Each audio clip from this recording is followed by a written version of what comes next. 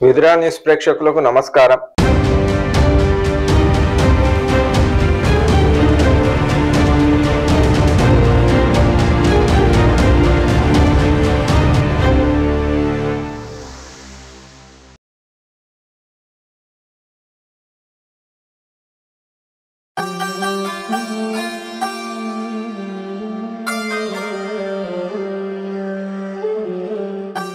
నా పేరు అరుణ్ సూరా. నేను శివశక్తి అనే ఆధ్యాత్మిక సేవా వేదికలో ఒక ముఖ్య సభ్యుడిగా ఉన్నాను. విదురా న్యూస్ తరపున నేను మీ ముందుకు రావడానికి గల కారణం ఏమిటంటే, నేడు మన సమాజంలో మనం చూస్తూనే ఉన్నాం. రామాయణం, మహాభారతం అనేవి మన ఇతిహాసాలు. రామాయణ మహాభారతాలకి మనం వారసులం. అటువంటి రామాయణం, అటువంటి మహాభారతం లాంటి ఇతిహాసాలను కొంతమంది తమ వక్రబుద్ధితో అటువంటి రామాయణ మహాభారతాలను కొంతమంది తమకు తోచిన పైత్య ప్రదర్శనలు అన్ని చేస్తూ సమాజంలో తమ విషయాన్ని వెళ్ళగక్కుతున్నారు. సినిమా మాధ్యమాల్లో కావచ్చు, కొన్ని రచనల్లో కావచ్చు, లేదా సీరియళ్ల రూపంలోనూ కావచ్చు, ఎన్నో తమకు నచ్చినవి అంటే పురాణ ఇతిహాసం ఇలా జరిగింది అనేది ప్రమాణం. మనకి ఎవరైతే బాగా ఇష్టపడతారో వారిని హీరోగా హైలైట్ చేస్తూ వారిని చూపించడం మనం చూస్తూనే ఉన్నాం. ఇది ఇలానే కొనసాగుతూ పోతే అసలు చరిత్ర అనేది రాబోయే తరాలకు అసలు తెలియదు. అసలు చరిత్ర అనేది మరుగున పడిపోతుంది. విలన్లందరూ నాయకులు అయిపోతారు. ఎలా అంటే ఇప్పుడు నేటి సమాజంలో మనం చూస్తూనే ఉన్నాం. కొంతమంది అంటారు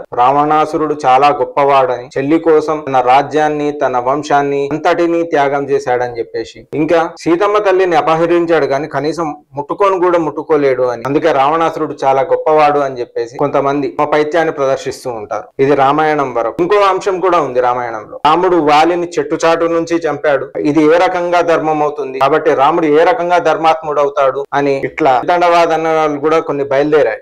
రామాయణం వరకు అయితే మహాభారతంలో కర్ణుడు ముందు అర్జునుడు ఏ పాటి, అసలు కర్ణుడికి శాపాలే గనక లేకపోతే అర్జునుడు అసలు కర్ణుడి ముందు నిలవగల అంతటి గొప్పవాడ అర్జునుడు. ఇలాంటి పైత్యాలు కర్ణుడి మీద విపరీతమైన ఫ్యానిజం వలన కర్ణుడు అంటే బాగా ఇష్టం పెరిగిపోయి, వాస్తవానికి మహాభారతంలో ఉన్న కర్ణుడి పాత్ర ఎంటైర్లీ డిఫరెంట్, చాలా వేరు. కానీ బయట ఇప్పుడు సినిమాల్లో కావచ్చు, కొన్ని సీరియళ్లలో కావచ్చు, అవి చూపించే తీరు మటుకు కర్ణుడిని ప్రధానాంశంగా తీసుకుని, కర్ణుడు ఏదో గొప్పవాడయ్యాడని, ఏదో సూతకులంలో పుట్టాడు కాబట్టి అతన్ని ఎవరూ చేరదీయలేదని చెప్పి అందరూ ఆయనకి శాపాలు ఇవ్వడం వల్లనే ఆయన కురుక్షేత్రంలో అట్లా కూలబడిపోయాడని చెప్పి, లేకపోతే అర్జునుడు అనేవాడు కర్ణుడి చేతిలో ఎప్పుడో చనిపోయేవాడని చెప్పేసి, ఇలాంటి తమ పైత్యపు రచనలు, తమ పైత్య ప్రకోపాలన్నీ బయటికి వెళ్ళగక్కుతూ ముందున్న వారి మనసును కూడా చెడగొట్టేస్తున్నారు. ఇలాంటి సందర్భంలో అసలు చరిత్ర ఏమిటి అనేది మనకు తెలియాల్సిన అవసరం ఎంతగానో ఉంది. అది పంచుకోవాలి, అది మీతో పంచుకోవాలి అని చెప్పేసి విదురా న్యూస్ తరపున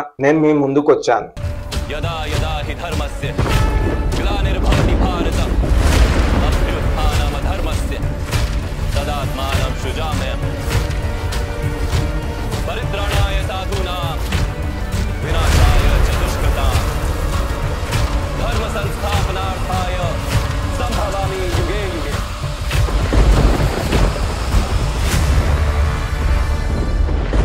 నిజానికి మహాభారతం అనేది ఒక్కసారి చదివినా తెలుస్తుంది. అసలు సిసలైన మహాభారతాన్ని అంటే వ్యాసుల వారు రచించిన యథాతథమైన మహాభారతాన్ని ఒక్కసారి చదివినా గానీ తెలుస్తుంది. ఊరికే అనలేదు మన పెద్దలు, వింటే భారతమే వినాలి, తింటే గారెలే తినాలి అని. అలాగే చెరుకు గడలో ప్రతి గడలోనూ తీపి అనేది ఎలా ఉంటుందో, మహాభారతంలో 18 పర్వాల్లో ప్రతి పర్వం ఎంతో రసవత్తరంగా, రసభరితంగా, చాలా ఆసక్తిగా ఉంటాయి. అలాగే ఇంకొక నానుడి కూడా ఉంది, అందరికీ తెలిసిన నానుడే ఇది. మహాభారతంలో పరిచయమయ్యే ప్రతి పాత్ర మన లోకంలో ఉండేదే. మహాభారతంలో లేనిది ఏదైనా పాత్ర ఉంటే అది మన సమాజంలో ఎక్కడా ఉండదు. అంత గొప్ప మానసిక శాస్త్రం మహాభారతం అనేది. గీత ఉదయించింది కూడా ఈ మహాభారతంలోనే, మధ్య మహాభారతం అని చెప్పేసి ఉంటుంది. అలాగే భగవద్గీత ఉదయించింది కూడా మహాభారతంలోనే, కురుక్షేత్రం ఆరంభ సమయంలో. అంతటి విశిష్టమైన మహాభారతాన్ని కూడా వక్రంగా సినిమాల్లో చూపిస్తున్నారు. మహాభారతంలో ఉన్న ప్రతి పాత్ర ఆదర్శప్రాయమే అని చెప్పాలి. అంటే కొన్ని పాత్రలు నువ్వు ఇలాగనే బతకాలి అని దారి చూపిస్తాయి, కొన్ని పాత్రలు నువ్వు ఇలాగ ప్రవర్తిస్తే, ఇలా బతికితే ఇలా నాశనం అవుతావు అని చెప్పేసి చూపిస్తాయి. ఉదాహరణకి భీష్ముడిని తీసుకున్నా, ద్రోణాచార్యుల వారిని తీసుకున్నా, యుధిష్ఠిరుణ్ణి తీసుకున్నా, అర్జునుడిని తీసుకున్నా, వారి పాత్రలు, వారు నడుచుకున్న విధానం, వారికి ఉన్న ధర్మనిరతి, వారు అవలంబించినట్టు వాళ్ళు వెళ్ళిన మార్గంలో మనము వెళ్తే మన జన్మ ధన్యమవుతుంది. అలా కాకుండా దుర్యోధనుడి లాగా ప్రవర్తించిన, దురహంకారంతో ప్రవర్తించిన, దుశ్శాసనుడిలా బుద్ధిహీనుడిలా ప్రవర్తించిన, శకునిలా కుతంత్రాలు చేసిన, అధర్మాలకి అక్రమాలకి కర్ణుడిలాగా వంతపాడిన చివరికి నాశనం అయిపోతారని చెప్పేసి మహాభారతం చెప్తుంది. గత వారం మన వసుదైక కుటుంబం కార్యక్రమంలో పరీక్షిత్ మహారాజు యొక్క మరణానికి కారణమైన తక్షకుని సంహరించడానికి జనమేజయుడు చేసిన సర్పయాగం, ఆ సర్పయాగాన్ని ఆపడానికి ఆస్తిక మహముని రావడం, సర్పయాగం మధ్యలోనే ఆగిపోవడం, ఆ తర్వాత జనమేజయుడికి తమ పూర్వీకుల గురించి తెలుసుకోవాలి అని కుతూహలంతో అక్కడున్న వారిని ఆస్తిక మహామునిని తమ పూర్వీకుల చరిత్ర గురించి చెప్పమని అడగడంతో అక్కడికి వేంచేసిన కృష్ణద్వైపాయనులు అంటే వేదవ్యాసుల వారి శిష్య బృందంలో ఒకరైన వైశంపాయనుడు వ్యాసుల వారి అనుమతితో మహాభారతం చెప్పడం ఆరంభిస్తారు.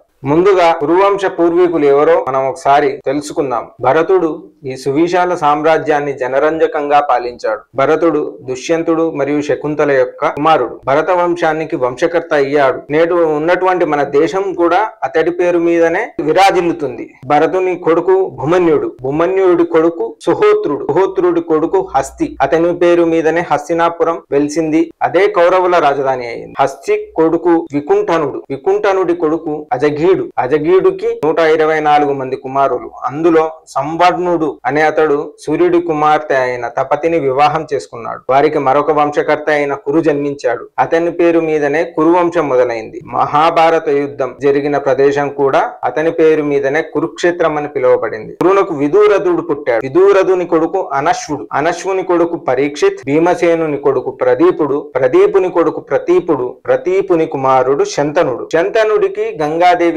దేవవ్రతుడైన భీష్ముడు పుట్టాడు. శంతనునికి యోజనగంధి అని పిలువబడే సత్యవతికి చిత్రాంగదుడు, విచిత్రవీర్యులు అనే 2 కొడుకులు పుట్టారు. ఇలా చెబుతున్న క్రమంలో జనమేజయ మహారాజుకి ఒక సందేహం కలిగి వైశంపాయన మహర్షి అసలు తన మహారాజుకి గంగాదేవికి ఎలా కలిసింది అని తనకున్న సందేహాన్ని వైశంపాయనుల వారి ముందు ఉంచడంతో వైశంపాయనుల వారు ఇలా చెప్పడం ఆరంభించారు. పూర్వం ఇక్ష్వాకు వంశానికి చెందిన భీషసేనుడు అనే అతను 100 అశ్వమేధ యాగాలు 100 రాజసూయ యాగాలు చేసి బ్రహ్మలోకానికి వెళ్ళాడు. అలా బ్రహ్మలోకంలో సకల దేవీ దేవతలతో బ్రహ్మదేవుడిని సేవిస్తూ ఉండేవాడు. అలా ఒకానొక రోజు బ్రహ్మదేవుడిని దర్శించుకోవడానికి గంగాదేవి బ్రహ్మలోకానికి వచ్చింది. ఆ సమయాన బలంగా గాలి వీచడం వల్ల గంగాదేవి యొక్క పైకి లేచింది. అలా లేచిన వెంటనే దేవతలు, మునులు అందరూ తమ తలలు పక్కకి తిప్పుకున్నారు. కానీ ఈ భీషసేనుడు ఒక్కడు మటుకే తదేకంగా చూస్తూ ఉండిపోయాడు. ఇది చూసిన బ్రహ్మ కోపించి, భీషసేన నీవు వెంటనే భూలోకమున ఒక మనుష్య గర్భంలో జన్మించు అని చెప్పేసి శపించాడు. ఇలా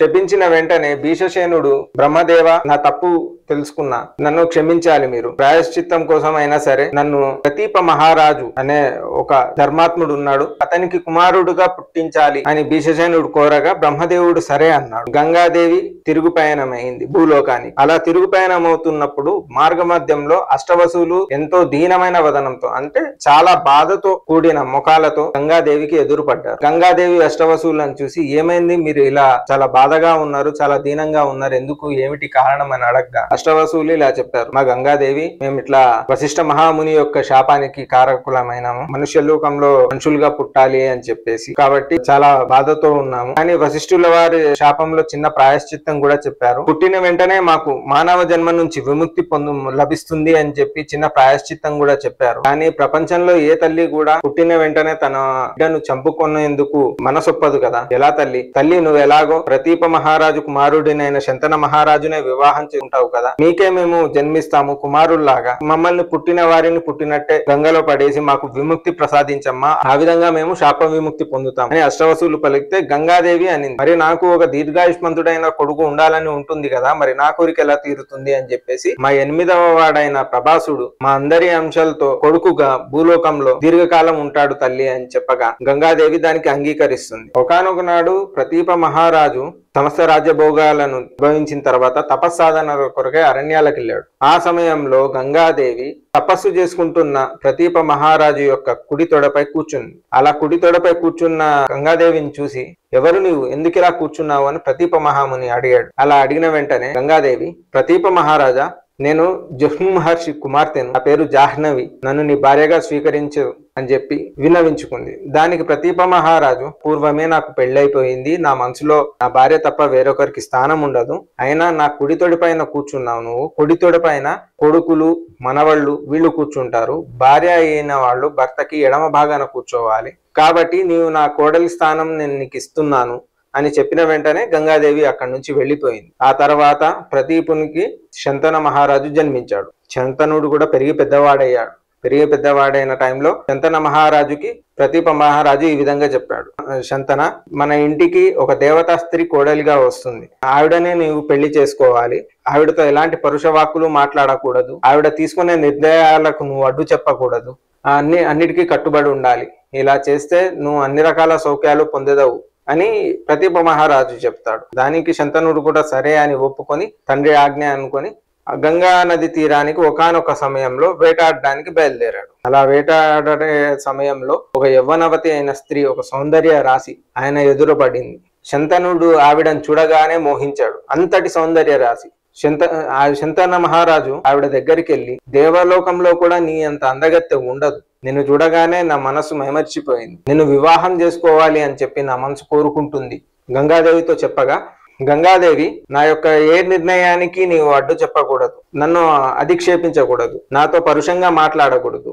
ఈ నియమాలన్నిటికీ అంగీకరిస్తే నేను నిన్ను వివాహం చేసుకుంటాను శంతన మహారాజా అని చెప్పి పలుకుతుంది. అప్పుడు శంతన మహారాజు తన తండ్రి గారైన ప్రదీప మహారాజు చెప్పిన దేవతా స్త్రీ ఈమెనని నిర్ధారించుకొని ఎంతో సంతోషంతో పెళ్లి చేసుకుని గంగా శంతనులు ఒకటయ్యారు. అలా కాలానుగుణంగా వారిద్దరికి ఒక ప్రథమ పుత్రుడు జన్మించాడు. జన్మించిన వెంటనే ఆ కొడుకును తీసుకొని గంగా నదిలో విడిచిపెట్టి నీకు విముక్తి కలిగిను గాక అని చెప్పి గంగాదేవి వెళ్ళిపోయింది. ఇది చూసిన శంతనుడికి మనసంతా చెలించిపోయింది. చాలా బాధపడ్డాడు. అయినా కానీ అడ్డు చెప్పలేడు. ఎందుకంటే ఒకటి, ఆవిడ ముందుగానే చెప్పింది నేను తీసుకునే ఏ నిర్ణయాన్ని నీవు అడ్డగించకూడదు అని. అలాగే రెండవది తన తండ్రి కూడా చెప్పాడు. ఈ రెండు విషయాలకు కట్టుబడి ఆయన అడ్డు చెప్పలేకపోయాడు. పైగా ఒక మాట అంటే ఎక్కడ నన్ను వదిలిపెట్టేస్తుందేమో అనే ఒక భయం కూడా ఉంది శంతన మహారాజుకి. అలా మళ్ళా కాలం గడిచే కొద్దీ మళ్ళా ఒక రెండవ బిడ్డ, ఆ రెండవ బిడ్డను కూడా తీసుకెళ్లి గంగాదేవి గంగలో ముంచేసి నీకు విముక్తి కలుగును గాక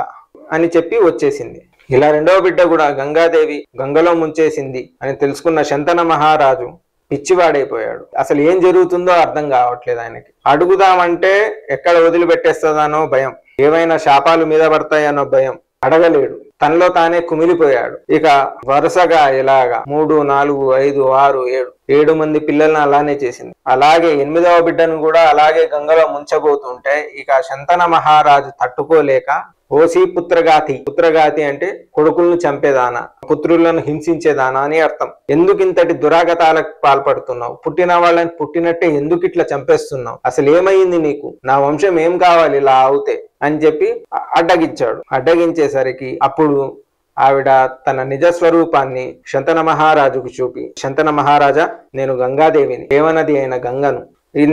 ఇత పూర్వం పుట్టిన 7 మంది కూడా అష్టవసువుల్లో 7గురు. వారంతా వశిష్ఠ మహాముని శాపం వల్ల మనుష్యులుగా జన్మించారు. అలా ఎందుకు జరిగింది అంటే ఒకానొక నాడు ఈ అష్టవసువులు భూలోకానికి వచ్చారు. భూలోకానికి వచ్చినప్పుడు వశిష్ఠ మహాముని వారికి ఆతిథ్యం ఇచ్చారు. వారు తిరిగి వెళ్లిపోయే సమయంలో 8వ వసువు అయిన ప్రభాసుని భార్యకు కామధేనువు కావాలి అని కోరిక కలిగి ప్రభాసుడిని అడిగింది. వశిష్ఠ మహాముని దగ్గర ఉన్న కామధేనువు మనకి కావాలి, తీసుకుని రండి అని చెప్పి. దాంతో వసువులందరూ కలిసి బయలుదేరి దొంగతనంగా కామధేనువుని ఈడ్చుకుంటూ వెళ్ళసాగారు. ఆ విషయం వశిష్ఠ మహామునికి తెలిసి, ఒరే నీచులారా, మీరింత పాపకార్యానికి ఓడిగడతారా? కామధేనువుని దొంగిలించాలని చూస్తారా? కాబట్టి మీరందరూ తక్షణమే మనుష్యులై భూమి మీద పడిపోండి అని శపించగా అష్టవసువులు అందరూ కలిసి వశిష్ఠ మహాముని శరణు వేడారు. తమ పాపానికి ప్రాయశ్చిత్తం కావాలి, తమ శాపానికి విమోచనం చెప్పమని ప్రాధేయపడ్డారు. అప్పుడు మీ 7గురు పుట్టిన వెంటనే విముక్తి పొందదరుగాక, కానీ ఈ గోవుని బలవంతంగా ఈడ్చికెళ్లిన ప్రభాసుడు మటుకు దీర్ఘాయుష్మంతుడై భూమి మీద చరిస్తూ ఉంటాడు అని చెప్పాడు. కాబట్టి శంతన మహారాజా, ఈ పుట్టిన 8వ వాడు నేను తీసుకెళ్తున్నాను. 16 ఏళ్ల తర్వాత తిరిగి నేను మీకు అన్ని అస్త్ర విద్యలు, శస్త్ర విద్యలు, అన్ని విద్యలు ఇతడికి నేర్పించి తిరిగి మీకు అప్పచెప్తాను అని చెప్పి ఆ బాలుని తీసుకొని గంగాదేవి వెళ్లిపోయింది. అప్పటి నుంచి గంగాదేవి అలా తీసుకువెళ్లినప్పటి నుంచి శంతన మహారాజు చాలా దిగులుగా ఉండేవాడు. ప్రతిరోజు గంగా తీరానికి వెళ్లి వెళ్లి కొద్దిసేపు వేచి చూసి తిరిగి రాజ్యానికి వస్తుండేవాడు. అలా 16 సంవత్సరాలు గడిచాయి. ఒకానొక సమయంలో 16 సంవత్సరాలు గడిచిన తర్వాత గంగానది ఒక పిల్ల కాలువలా ప్రవహిస్తూ ఉండడం గమనించాడు. ముందు చూడగానే ఆశ్చర్యపోయాడు. ఒక 16 సంవత్సరాల నవ యువకుడు నీరు వెళ్లకుండా బాణాలతోనే ఆనకట్ట కట్టేశాడు. ఆశ్చర్యపోయిన శంతన మహారాజు, కుమారా, ఎవరు నీవు? ఇంతటి విద్యని నీవు ఎవరి నుంచి అభ్యసించావు అని చెప్పి అడిగిన వెంటనే గంగాదేవి మళ్ళీ వచ్చింది. గంగాదేవి వచ్చి, శంతన మహారాజా, ఇదిగో మన పుత్రుడు. ఇతడి పేరు దేవవ్రతుడు. ఇతడు దేవగురు బృహస్పతి వద్ద, శుక్రాచార్యుని వద్ద సకల విద్యలు నేర్చుకున్నాడు. అలాగే పరమశివుని శిష్యుడైన మహాపరాక్రమవంతుడైన తన తండ్రిని చంపారు అన్న ఒక ఉక్రోషంతో 21 సార్లు భూమండలమంతా దండయాత్ర చేసి క్షత్రియులందరినీ హతమార్చిన పరశురాముని ప్రియ శిష్యుడు. పరశురాముని దగ్గర నుంచి సకల అస్త్ర విద్యలన్నీ నేర్చుకున్నాడు. నా మాట ప్రకారం నేను మీకు అప్పగిస్తున్నాను, తీసుకోండి అని చెప్పి గంగాదేవి అక్కడి నుంచి వెళ్లిపోయింది. తన కొడుకైన దేవవ్రతుడిని తన రాజ్యానికి తీసుకుని వెళ్లి అలా యువరాజ్య పట్టాభిషేకం దేవవ్రతుడికి చేసి ఎంతో సంతోషంగా రాజపాలన చేస్తున్నాడు శంతన మహారాజు. ఇక్కడి వరకు ఈ వారం తెలుసుకున్నాం. వచ్చే వారం ఈ దేవవ్రతుడు భీష్ముడు ఏ విధంగా అయ్యాడు, భీష్ముడు అనే పేరుని ఆయనకి ఒక కీర్తిగా ఏ రకంగా ఆపాదించబడింది అనేది, మరియు సత్యవతి దేవి ఎవరు, ఇంకా మహాభారతం రచయిత అయిన వేదవ్యాసుల వారి జననం ఎలా జరిగింది అనేది వచ్చే వారం మనం ఈ వసుదైక కుటుంబం కార్యక్రమంలో తెలుసుకుందాం. అంతవరకు సెలవు. జై శ్రీరామ్. కృష్ణం వందే జగద్గురుం. జై హింద్.